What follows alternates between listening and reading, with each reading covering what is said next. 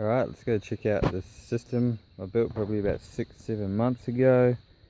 Just ticked away at it, probably all up spent a total of an hour or two a week. Now let's look at the systems. So this is the reception bay from the driveway, so I can tip my loads of stuff out here at the highest point so it's easy to wheelbarrow down. And that is coming from back here, which is my compost operation over underneath that bunya tree. It's got a couple of nice windrows happening there. So I'll load up, come down my valley, back up, and over into the pit site. That's stage one. Get the fertility there, get the mulch there, early days of the system. We walk through into the pig system. So we've got pigs again. We got it on the highest point, and that nutrient at the highest point. And we have the first line, which is this here, which is a high density, diverse windbreak. We've got a whole lot of stuff in there. You've got pineapples on the edge, pigeon peas broadcasted in there, some popcorn casseas. We've got macadamia as the main crop. Every couple of metres we've got those planted. A friend down the road gave us some.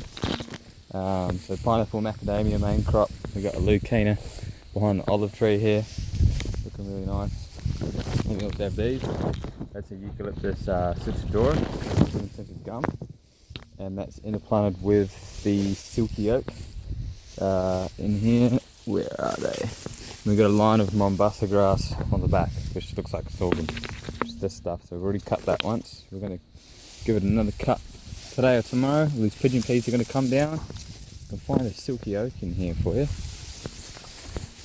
Where are we? There we go. Look at that beautiful silky oak. So that's a windbreak system. About to plug in some casavas and bananas in there.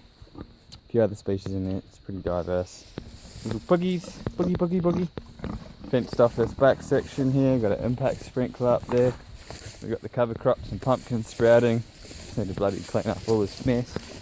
You can see the pumpkins from the food scraps. We're getting about 400 odd litres of food scraps a week at the moment from Summer Cafe. We use a lot of clean local produce. We've got the sprouts coming up. We'll walk down to the first bay. So just below that, to remedy any erosion, we have a 3 terrace system, which is this.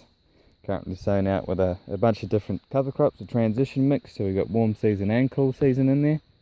And we got the bananas planted about every metre and a half here. Couple of crepe myrtles in there just for pole production.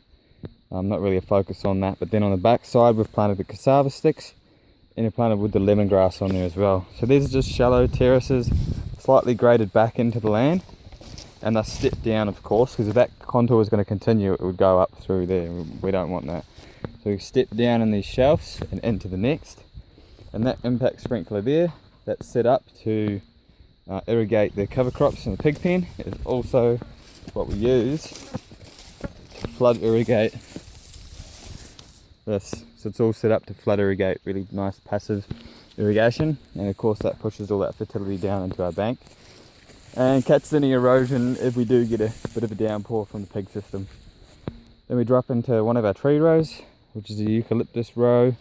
We have the eucalyptus planted here. In between we have a Indian guava, hibiscus just randomly spotted in there. We've got pineapples just spotted in there because we had the excess. We got the New Zealand spinach, or Warrigal greens. We've got some silver beets on the upper side. I did plant 2 rows, but they're really old seeds, so a little bit of sparse germination.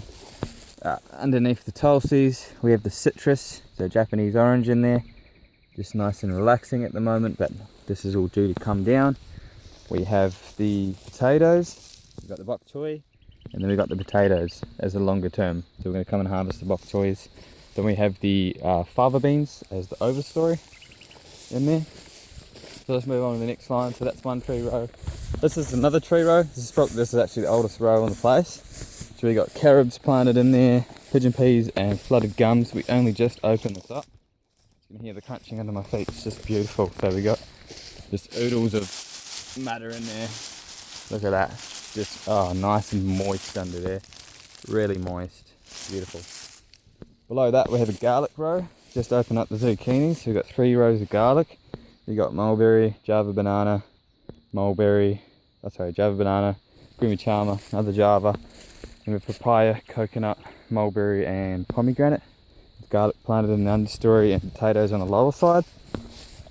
Then in this line, which is the same line, we've got the same Java set up, where we got sweet potatoes as a ground cover at this time. We've got a blueberry in as a trial, we've got tomatoes planted in there, we've got the papayas coming up, we've got the Japanese orange and the papayas planted on the tulsis.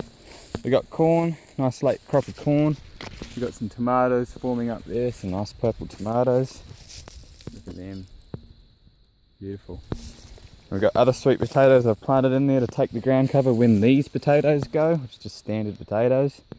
Mainly potatoes, corn and tomatoes in there. Then we dropped down to the Turmeric Row, which was severely overgrown with the sun hemp.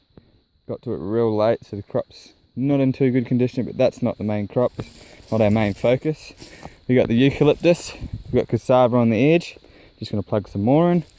And then to each eucalyptus we have a sapote and a custard apple throughout this row. And of course the yarrow underneath the eucalyptus, which is our main crop for the BD Preps 502. And we have ice cream beans planted in between each eucalyptus, alternating with banana. Step down into the lower row.